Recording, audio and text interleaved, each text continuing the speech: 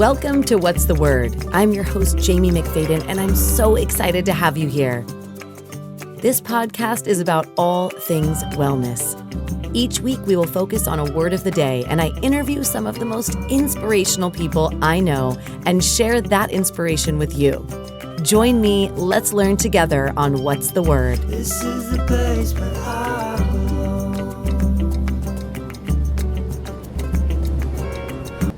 Hi, and welcome back to What's the Word? I'm your host, Jamie McFadden, and today there's a special podcast guest that I personally have been really dying to meet. He is an author of one of my favorite books that I will tell you in just a moment. He's a pediatric sleep physician. He is the director of the Yale Pediatric Sleep Center. He is a father, and if you haven't guessed it already, he is someone that is going to talk with us today about sleep. He is an incredible doctor, my favorite sleep doctor. I'm going to say that right now, Dr. Craig Canapari. Thank you so much for being here. I am so excited to talk with you today. How are you? I'm great. I'm excited to be here too. Thank you so much for inviting me. Oh, well, it is so wonderful to have you here. Your book, It's Never Too Late to Sleep Train, is now one of my favorites that I actually have been listening to on Audible over and over. And so many gems in that book. I can't wait to share that book with my audience. And every episode someone chooses a word of the day. And I asked you your word, and I think you knew pretty quickly your word is rest, which by definition means to cease work or movement in order to relax, refresh oneself, or recover your strength. So can you just dive right in and let us know, why did you choose that word and what does it mean to you? Well, I was going to pick sleep, but I felt like it was a little bit on the nose, right? Yeah. And I think that rest is a broader term, right? Like sleep occurs when we rest, but rest is such an important part of self-care. And I know it's something that you talk a lot about in your podcast and on your website and in your work. Jamie, I believe your background is in fitness, right? Yes. So, as part of my job, I think about sleep all the time. And, I'm someone, I'm a suburban dad in my mid 40s, and, I'm trying to get in shape and stay in shape. And so I read a lot about fitness as well. And I always think it's very interesting when trainers are like, oh, you're not getting the results you want. You probably need to sleep more. And in my line of work, in my job, I'm usually seeing children with more complicated medical problems. But the fact is that everybody needs good sleep and good rest. And it is so seldom something that people actually prioritize, especially the parents of young kids, right? We are all working so hard to, get our kids dressed in the morning, get food on the table, make it to work, et cetera. And I have found that working a lot with tired parents is that we need to encourage people to make rest a priority. And so to actually say, okay, I am making a conscious decision to improve my rest, to take care of myself, and not trying to do everything, fix everything all the time. And obviously a big important part of rest is sleeping. When you think about sleep, if sleep were a drug, everyone would want it, right? Like if you get enough sleep, if you get high quality sleep, you're going to live longer. You're going to look better. You're going to have a healthier body weight.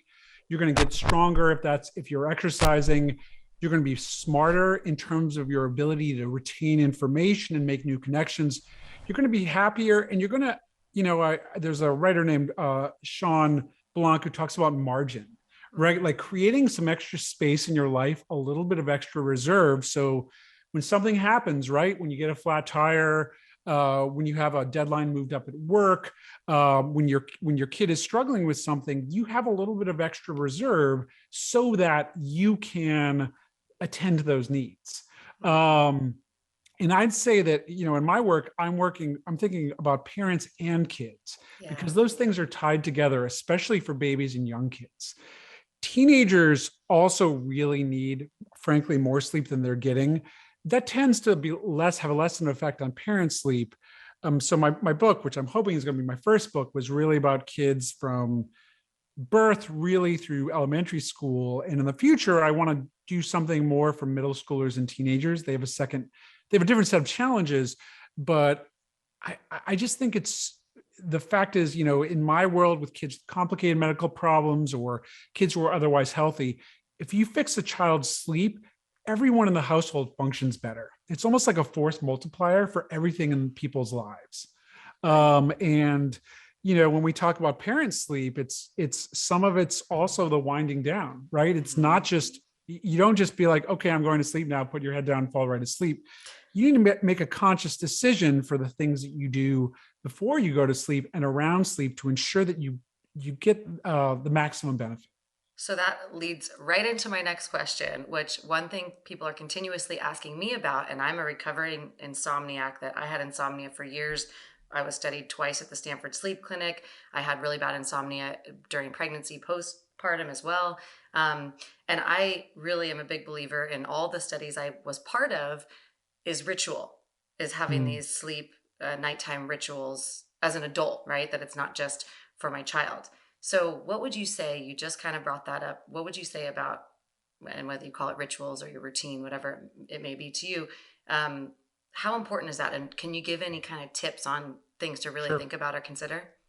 Yeah, no, I think it's critically important. And I think it's funny. Ritual has this like almost religious Yeah. connotation, right? And and if you want to look, I know you're on the West Coast. We can talk like this, right? Oh Like yeah. I think when you with your ritual, your bedtime ritual, you're actually kind of honoring your needs, right? Hmm. You are making you are making self-care a priority with a good bedtime ritual, and it doesn't have to be complicated. For me, I think that it's critically important that people get their screen use under control. And like, Yeah. look, I'm as guilty as the next person, right? Like I'm attached to my phone. I won't even divulge the screen time statistics it spits out sometimes. But my one kind of hard and fast rule is I don't keep my phone in my bedroom unless I'm on call. And I really try to um, put it away before I start to wind down for bedtime. Hmm. And this is something in our household. Like my older boy is 14, and when he got his phone last year, I'm like, your phone doesn't go in your bedroom at night. And he sometimes calls me out. He's like, Dad, I'm going to bed. You should probably put your phone on the charger too. And I was like, man, it's a when they nag you about stuff that you told them. Yeah, you taught him well. There we go. Yeah, I taught him well. He's keeping me honest, and there's a couple of reasons for this. One is that we've all experienced, especially on social, kind of the infinite scroll. Right, you're watching YouTube, you're watching Netflix. There's always something. There's always one more thing to watch, Hmm. and we know those photons coming into your eyes can suppress your natural melatonin uh, secretion. And I also think that you know, because these devices are so addictive and kind of interesting and compelling, if you want to unmask sleepiness, you have to learn to recognize it in yourself. It's hard to, for lack of a better word, kind of hear your body's sleep need if you're so wrapped up in something on your phone. Hmm. So I do think for most people, like really disengaging with the phone 30 minutes to an hour before the time they want to fall asleep is incredibly helpful. Um, Again, it's not because it's not a moral judgment, but it really does help. I I personally really like to read in the evenings. Some people might like to do some gentle stretching, to meditate, spend some time chatting with your partner. I'd say something really simple that's not going to add to your stress, right? If you're like, oh, Right. my bedtime ritual is I'm going to burn some incense. I'm going to do some asanas. I'm going to do this, that. If you're feeling stressed about it, it's too much. Yeah. It really should be just a couple of enjoyable activities you do that put you in the space where you can let sleep come to you. Yeah. That's great. I like that you brought that up because I think so many of us are so busy doing, doing, doing, and then we're in our mind, then we can't calm the chatter at night. But then we're thinking, okay, well, now I have to check all these boxes before bed. Otherwise, then I really won't close my mind. And I love that you just said, keep it really simple. So I know for me, one thing that's greatly helped is turning the phone off or putting it in the other room and just having a kind of boundary around this is, I just, it's not there. And then another thing has been literally either reading or writing every night a brain dump list, where it's just kind of like get all this stuff that's going on, whether it's the to-do list or feelings, thoughts, whatever, just put it on paper. And that for me has been incredibly helpful. So for my listeners, I do know someone had asked me actually two specific questions. One was, um, a lot of people that I know and clients I have, and even myself in the past, had been put on some, prescription medication for sleep and then want to get off, and then like finally get good sleep from taking something, but then are nervous of, like, some of my mom clients had said, please, if you can, ask him, like, how do we get off this stuff and do more of a holistic approach? And I said, that's a Mm. great question, because I'm certain there's a lot of people, wondering if there's some tips for that you could share. Sure. Absolutely. Well, first I want to go back to something you said, which is the writing down to-dos, like actually physically writing them down. And it's interesting. There actually was a study that showed that people that did that actually slept more deeply, interestingly. And because on the face of it, they actually had some people do a things they had done list. Be like, oh, Mhm. you write down your wins for the day. And some people wrote down a to-do list for the next day.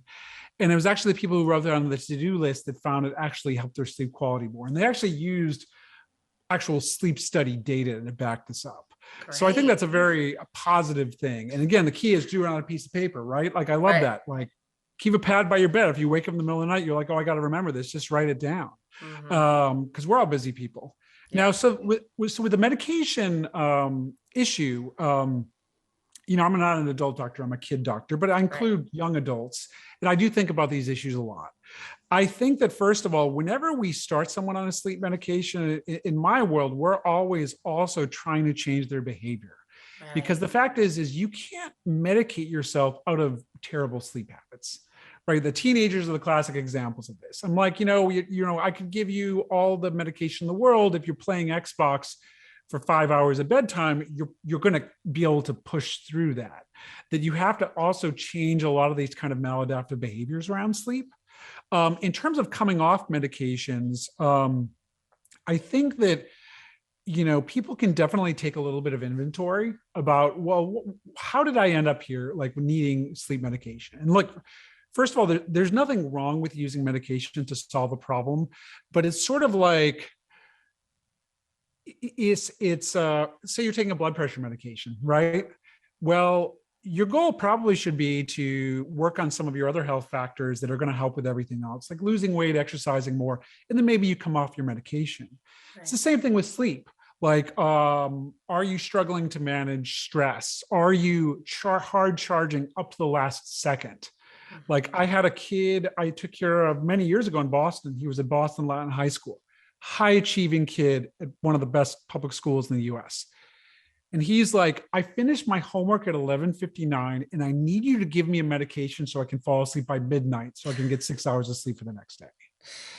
And I was like, dude, that's not how it works, right? Right. Like, Right. this stuff isn't magic. Yeah. I'd certainly kind of try to make some changes to, again, a calming ritual. Yeah.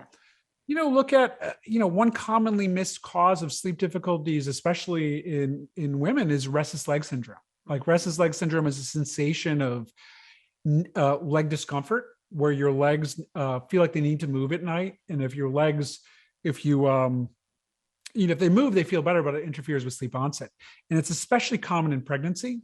Hmm. Um, and for some people, that is something that can just be treated with iron therapy. And once you get your iron up above a certain level, you don't have the problem anymore. If you want to talk to your doctor about this, I'd say talk to them about checking something called a serum ferritin level. Okay. And I think that some sleep medications do have what we call rebound insomnia if you just stop.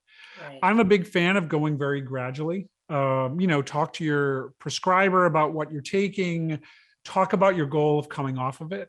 Often dose reductions go really well in less fraught contexts. Like I'm Hmm. like, don't try to cut your medication the night before a big presentation, or like if you have this big stressor in your life, pick a time when things are going a little bit going well for you, and maybe try to cut back on a Friday night. And if it's a disaster, you can always take it again and then try again later.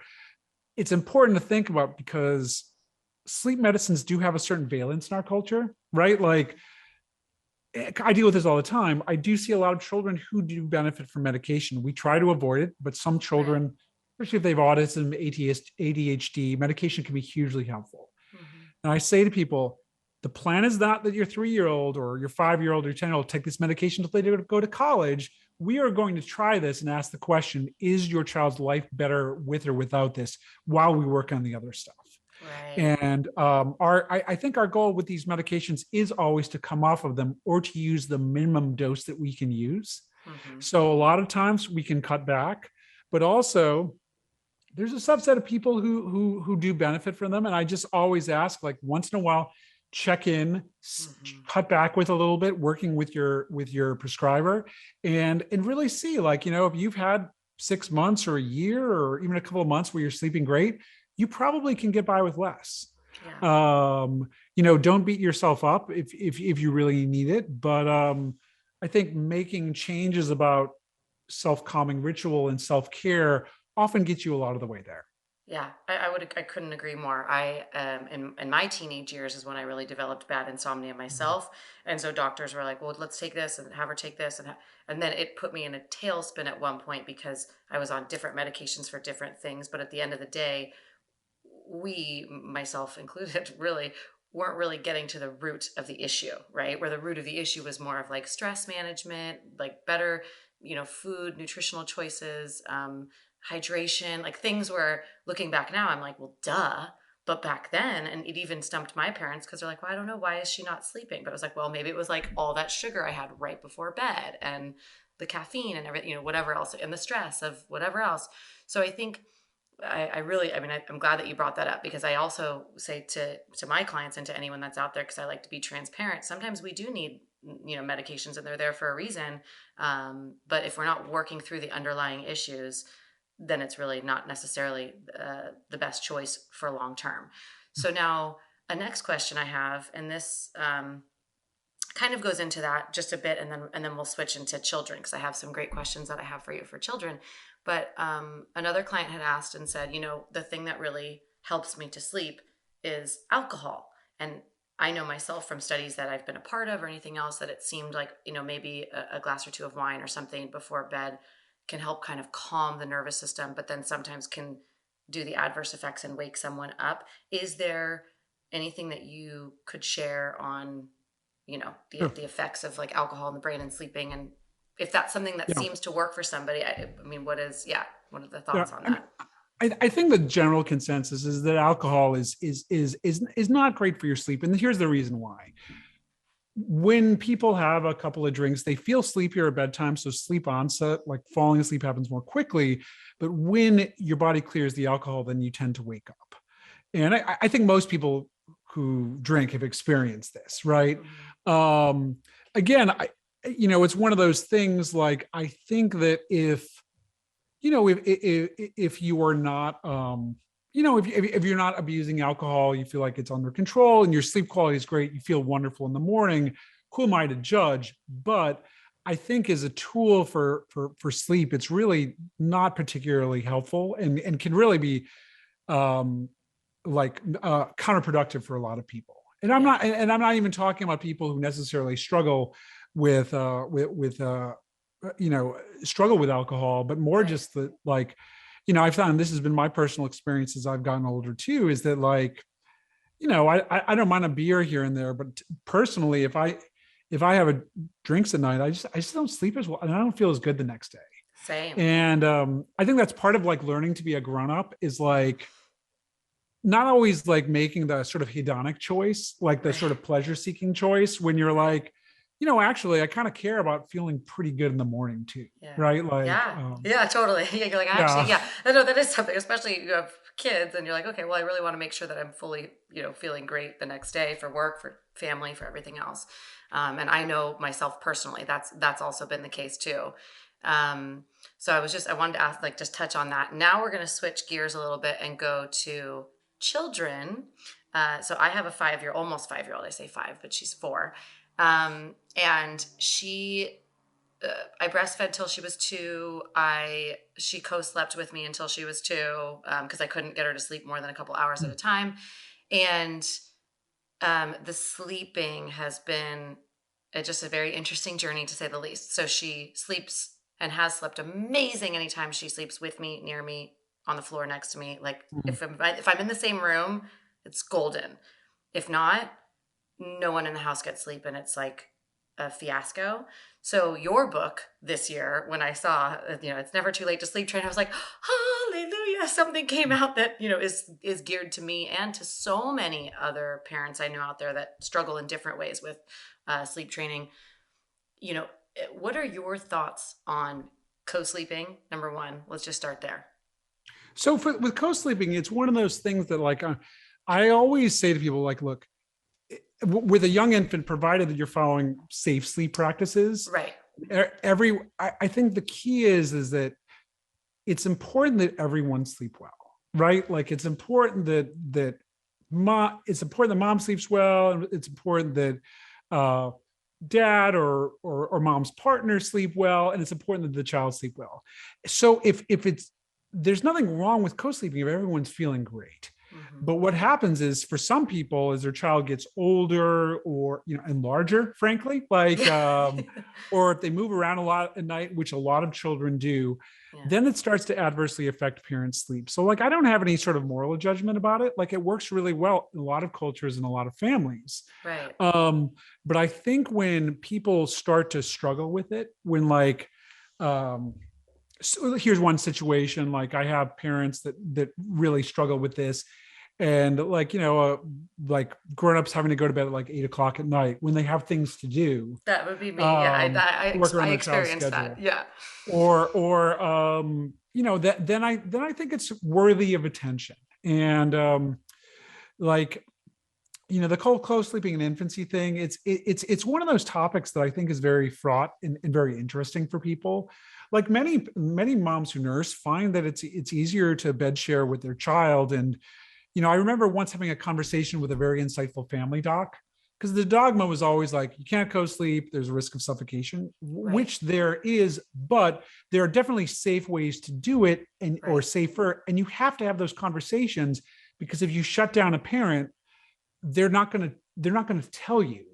So Right. generally we say to people with infants, well, it should be just you and the baby on a sleeping service. There shouldn't be other people there. If you have alcohol or any other substances, you shouldn't bed share that night, and keep any soft pillows and blankets away from the child, and make sure Mm-hmm. they can't like get wedged between the mattress and the wall or something like that. Right. Sometimes I feel like the perfect is the enemy of the good. The mom's getting up 100 times to nurse, falls asleep with the baby on the couch. That's much more dangerous than a deliberate co-sleeping environment. Right. I think that kind of unwinding it is it's one of those. It's often a goal that people have to kind of work towards and chip away with. Like if your child's learned to sleep under one set of circumstances for like 2 years, it's you're not gonna they're not going to be like, oh, I'm going to be sleeping in the West Wing from now on. I'll be out in the tent in the yard. It's going to be fine. It takes some deliberate planning, and and also acknowledging your child is working on something hard, right? Like Right. it's something they're learning to do something new, and we celebrate that. We don't, we Yes. don't, even though you can it's okay to get angry sometimes. um, but as someone who honestly, I don't know if I should admit this, like, yeah, I yell at my kids a fair amount, but like, it never changes behavior, right? Right. Right. Like it Yeah. just doesn't. Like, when was the Yeah. last time you yelled at your kid and then they stopped doing that annoying thing forever? Like it doesn't happen. No, no. I like that you said celebrate, and also reminding, to any other moms or dads out there that have or are co-sleeping, if you're listening to this right now, and I like to be transparent and open with my journey in motherhood, is that it's not easy. There's not a one size fits all, and just like Dr. Canapari here saying, kind of notice what works for you. And like for me, I traveled so much for work the first few years of her life, right before the pandemic. I mean, I was traveling, I was back and forth here in New York. So we were in hotels all the time. There was kind of no way to have this like solid, and I was like, oh, that all sounds nice, to like all my mom friends are like, you really need to be doing it at this time. And I'm like, yeah, that sounds great. I don't have that lifestyle, so it doesn't work for us. So I also think, and I like that you brought up like kind of getting rid of the guilt or shame around the someone else's view of it, so long as it's So safe and you're true. practicing the best that you can, and really conscious of it and being aware of it. That's great. And if everyone's sleeping, great. So now I'm curious about children waking up in the middle of the night. So, Mm. like, I know myself and then many other parents, whether their kids are really young, like months old, infancy, or like mine, 4. Like last night, I'll just give a perfect example. We had our nighttime ritual where it's bath time, brush our teeth, story time. I lay, near her for a couple minutes, and then it's like, give her a kiss, go to bed, and go to my bed. It seemed like it was going to be a great night. And then all of a sudden I could hear her little footsteps, and I'm like, oh, she's coming in my room.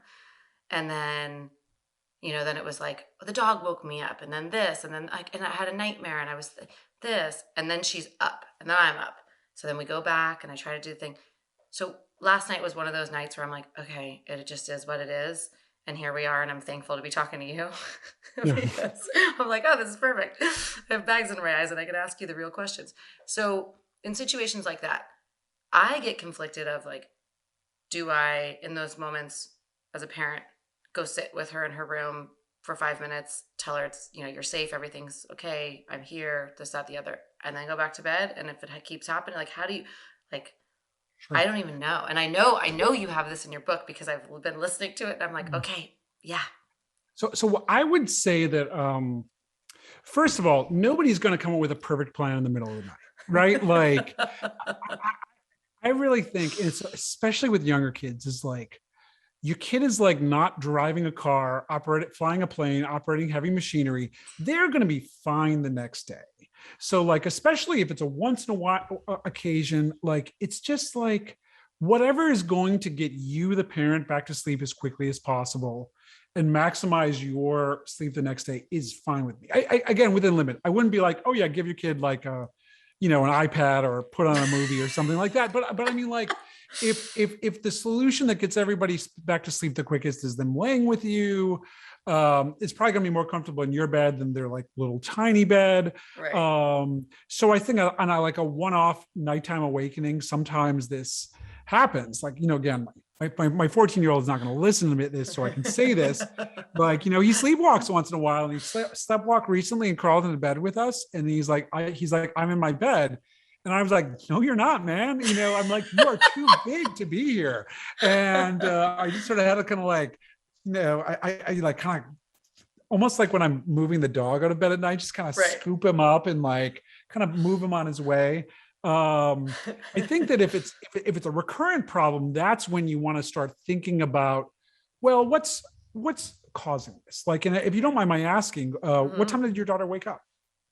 Oh, she slept in today. She No, I didn't. know, I mean last night.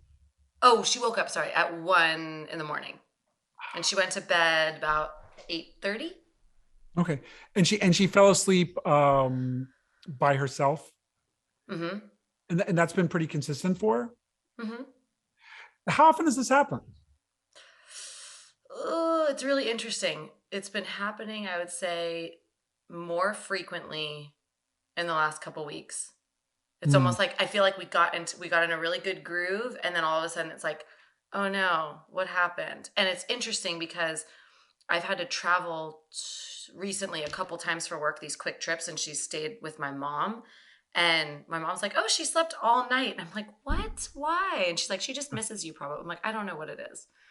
I think there is something like, I talk about in the book how attention from mom or dad is like the most valuable reward that your child can get, right? Like if you had some random nanny spending the night, your kid's going to sleep through the night. They're like, this has no value. In the middle of the night, the nanny has no value. Honestly, a Right. lot of the time it's like the dad has no value too, right? Right. Like, like not, like in like your traditional like 50s era family, it's like, I love it when the husbands are like, oh, only my wife can put her to sleep. I'm like, before the pandemic, I was like, Mom, you need to take a trip. Right. Like he needs to Right. deal with this. And I don't mean to stereotype because but this never seems to happen in couples where there's two men or two women, honestly. Right. I'm Wow. just not to editorialize.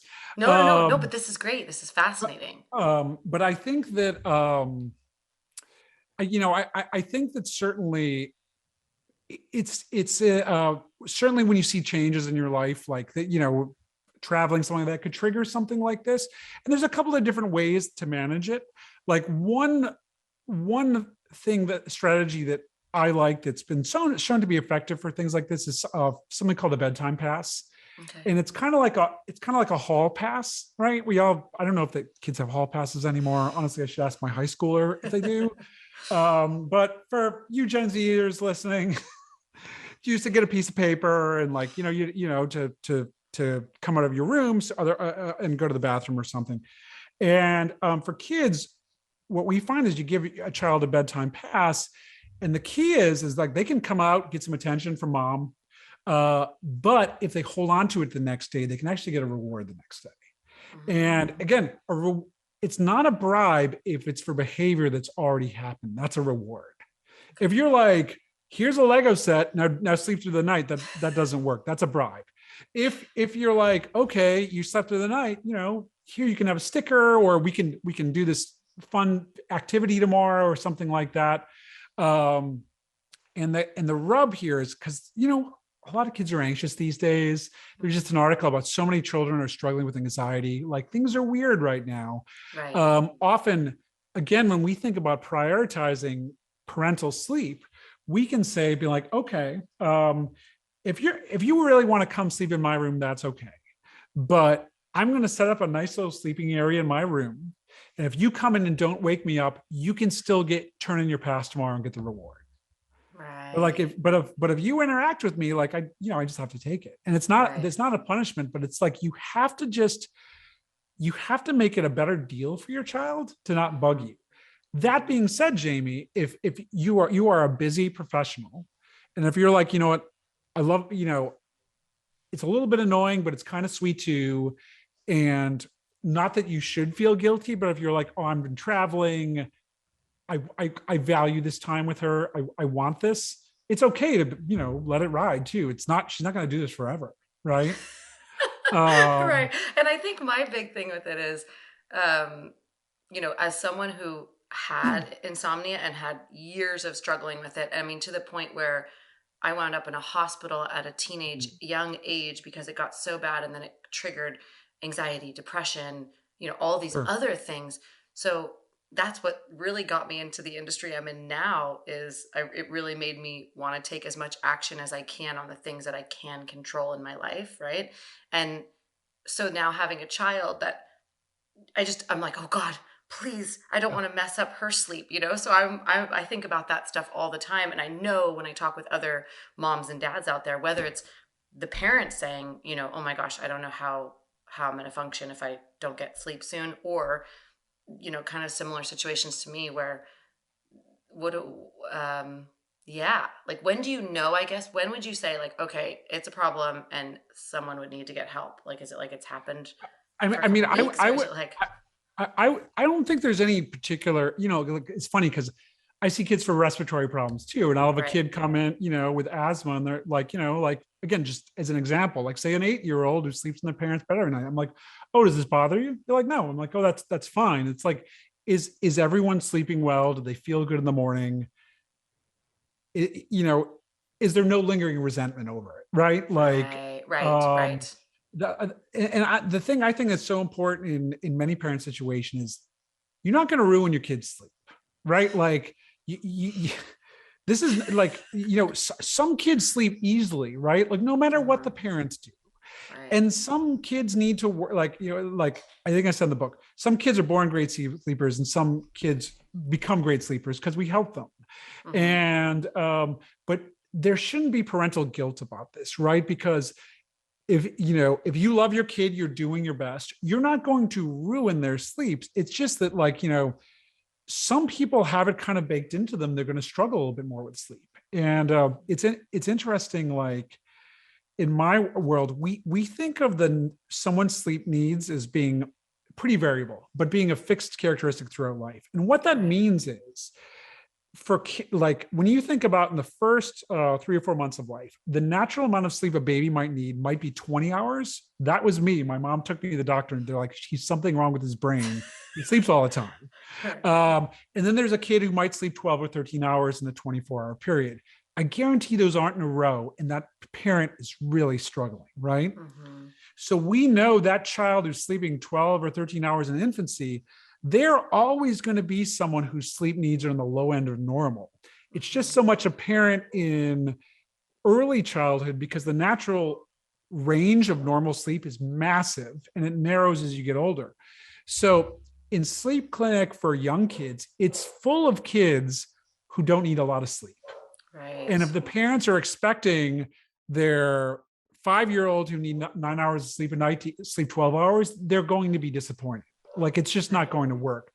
And this can be tricky to figure out as a parent. This is why working with a sleep provider is helpful, Mm-hmm. because you can be like, well, look at things like, well, how is the child functioning during the day? Are they happy? Are they doing well in school?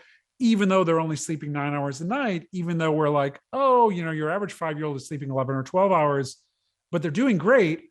Well, they might actually need a later bedtime. So there's not as much conflict around bedtime, or they're not having extended periods of wakefulness during the day. And Right. this is kind of a nuanced conversation that I think that often it's very helpful to work with your pediatrician or a sleep provider. Mm-hmm. But a lot of times parents will come in and be like, yeah, my kids never needed a lot of sleep. And if you look at this kid who's just crushing it in all the domains in their life, they're probably fine with the amount of sleep they're getting. That's Um, great. and then when they get to adolescence, they're fine. And then the kids who need more sleep really struggle, Mm-hmm. because you mentioned being a teenager. Like, I think the CDC did a study that something like, 30% of kids are getting adequate sleep at night in the high school years, right? Like, that's crazy. If we were like, oh, you know what? 30% of kids in the US have enough food to eat, we'd be like, Mm-hmm. wait a minute, we got to fix this like Yeah. tomorrow, right? Yeah. And you know the uh and the consequences is teenagers get older, their body clock naturally gets later, and school gets earlier. I mean, you live in Mm-hmm. California, you guys are the leaders in the nation. You passed a bill that actually mandated that high school not start before 8:30 in the morning, which is Right. amazing. We want to do the same thing in Connecticut, because we know that, like, we talked about like sleep, if sleep is a pill, how amazing it would be. Yeah. I also think of chronic sleep deprivation, it's almost like being a toxin, right? If Mm-hmm. you have chronic bad sleep or chronic short sleep, um, like my mentor Judy Owens has this great quote about early school start times, and it's like, if it's like having asbestos in your kid's school if all the teens are sleep deprived. Like, so if you knew in your kid's school there's a toxic substance, reduce the capacity to learn, increase chances of a car crash, and made it likely that 20 years from now your child would be obese and have hypertension. You do everything to get rid of that substance and not worry about cost. Early start times are toxic. And I think about this all the time when I'm like, I've been to countless school board meetings, and in our town, we changed it later by like 15 minutes after 5 years. I'm like, if this was a lead in the pipes, you guys would have dealt with Right. this already. But with the way we budget, the school board budget is we have staggered bus runs, and the teenagers get on Mm-hmm. first. Mm-hmm. So I editorialize, but I think that we have to look at these macro level issues to think about how we incentivize good sleep for everybody in our society. Yeah.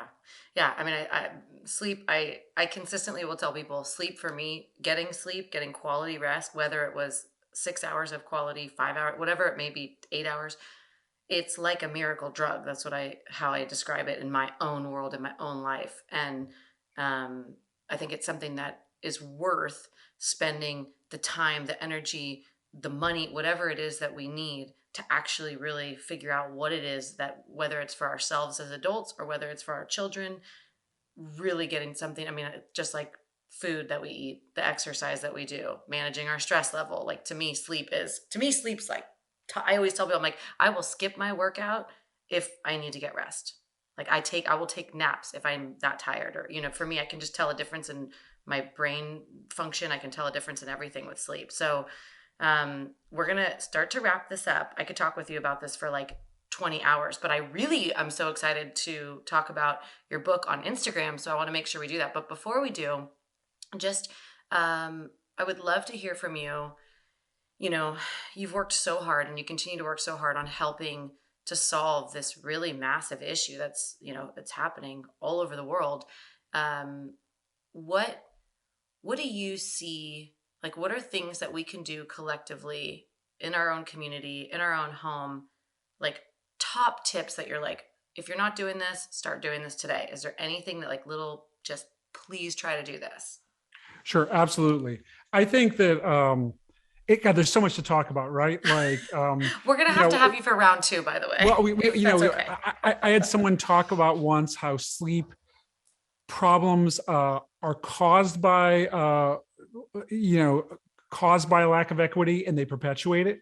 Because so many of my patients live in inner city conditions where we know there's a lot of light pollution, there's a lot of sound pollution, and the parents may need to work second shifts, so the kids are coming home at midnight from grandma's house.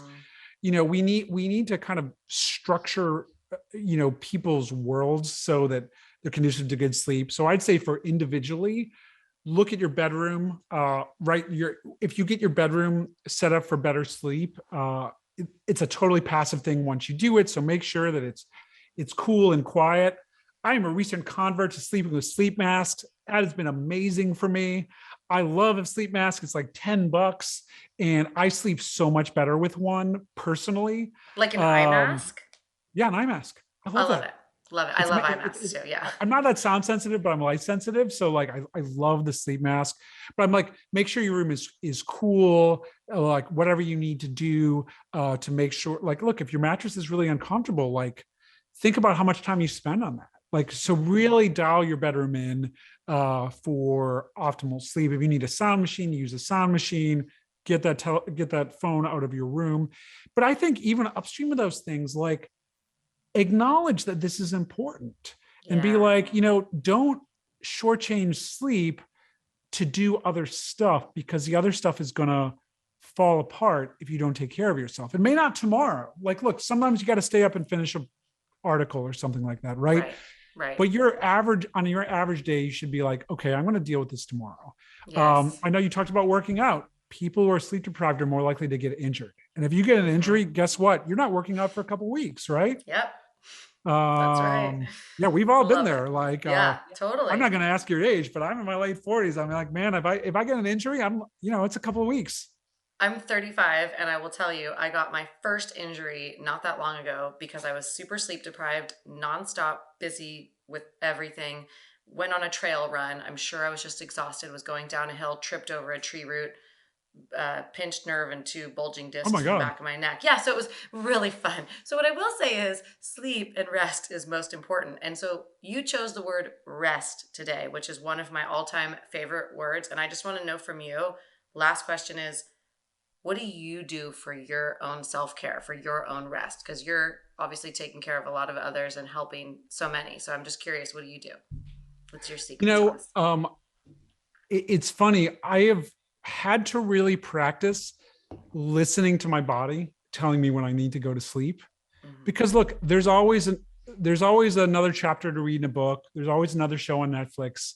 There's always something else to do, and to sort of acknowledge that, like, I'm you can actually take a morning, this evening, this questionnaire to find out what your natural sleep schedule is, Right. which if you Google that, people can find that. And I'm like a sort of on the morning side of things, and being like, oh, you know what, especially now that I have a high schooler and we have to get up early, I'm like, I have to go to bed earlier, and making it a priority that, like, we may watch a show as a family, but then, honestly, around 9 o'clock, we're like starting to wind things down. Maybe we'll have a cup, maybe I'll have a cup of tea or something like that. And just sort of, I think the biggest thing is just learning to listen, to be like, okay, it is time to put these things aside. They will be here for me tomorrow, and I will, I'm going to take care of myself, because it's going to let me Hmm. take care of the people I care about, and the people who's it's my job to take care of the next day. Oh, love that. Put your oxygen mask on first. That's what we talk about every day with what we Yeah, do. Um, absolutely. yeah, and I have to ask yes or no. Do you really actually believe it is never too late to sleep train? So for anyone Absolutely listening not. right I'm not. now, whatever age. I'm gonna come sleep train you. Okay, good. Perfect. Well, I'm thinking about for anyone that's listening, I know that sometimes you're like, oh, you know what? I've just always, been a bad sleeper. So and I disagree because I know I've seen myself make that shift. And yeah, so I'm here with you on that. And with that, I can't wait. So we're going to go on Instagram Live right after this. And we're going to talk about your book, and I can't wait for everyone to get your book. So the book is called It Is Never Too Late to Sleep Train, and everyone should get that book right now. So Dr. Craig Canapari, thank you so very much for being on What's the Word with us today, talking about rest. I really am going to want to have another follow-up with you because I just know we're going to be getting so many questions from listeners and viewers about sleep. And truly, thank you for the gift that you give to the world. Thank you for the light that you bring and the reminder to rest. Get that sleep, everyone. Thank you so much, Jamie. This was really fun. Well, thank you. And thanks for being a part of What's the Word. Be sure to like, subscribe, and comment. Share with your friends if you enjoyed this interview, and be sure to send over some questions. Bye. Thank you for joining me here at What's the Word. Follow us on social media with the links on the screen, and don't forget to like and share with your friend. Your support helps us grow and continue to make inspirational content. See you next time on What's the Word.